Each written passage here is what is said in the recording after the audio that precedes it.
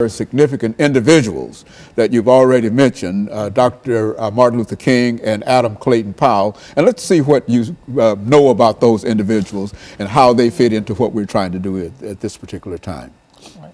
Well, in the chapter on the Civil Rights Movement, I take up Dr. King and Adam Clayton Powell as a pillar of cloud and fire. Dr. King as a pillar of cloud, and and Adam Clayton Powell as a pillar of fire. And when I say pillar of fire, I mean someone who kind of brandished, if you will, his brashness, a boldness, a certain radical nature.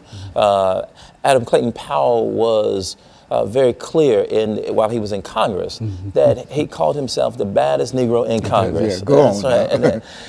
and he flouted the rules. He didn't stomach segregation. He didn't take kindly to the kinds of conventions that made African Americans second class. And part it had to do with his upbringing, had to do with who he was, but it also had to do with, I think, growing up in Harlem. And he really was, I call him, a son of the Harlem Renaissance. He was the new Negro, as I understand it, that the Harlem Renaissance writers had hoped for. He started one of the first boycotts of the public transportation system in Harlem. One of the first sort of public service programs at his church at Abyssinian Baptist Church. And by the time he went to Congress, he was pastoring the largest Protestant congregation in the nation. Adam Clayton Powell is known for his he's not only known for his pastoral work, but he's known for the Powell Amendment, which was a little known sort of codicil that he would add to every bill that sent funding for public accommodations. And it was a bill that said that public funding could not be used for segregated institutions. It angered Southern segregationists throughout the country, but it also angered African Americans because some of those schools were African American schools in the South. Although they were segregated, they were starved because they also needed the public funding. But Clayton Powell didn't care. What he was concerned about was ensuring that those who wanted segregation had to pay for it. And so he starved them all to death until he was able to get the Civil Rights Bill in 1964. That was his victory in the Civil Rights Bill of 64.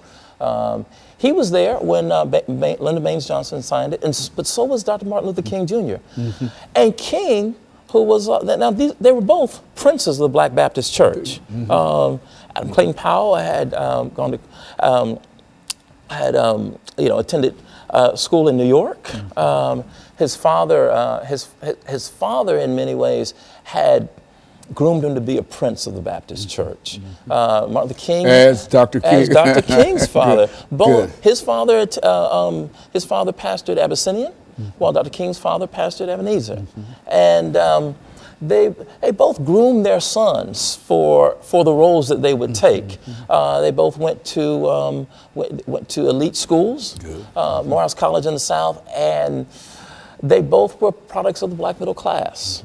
But where they differed, I think, was Dr. King grew up in the segregated South, born right in 1929, just as America was going into the Great Depression. And Dr. King saw a different and a brutal side of white segregationist power. And it was something that I don't think Adam Clayton Powell saw. That shaped Dr. King in a way that that Adam Clayton Powell didn't. And led to his assassination. Yes, and led to his assassination.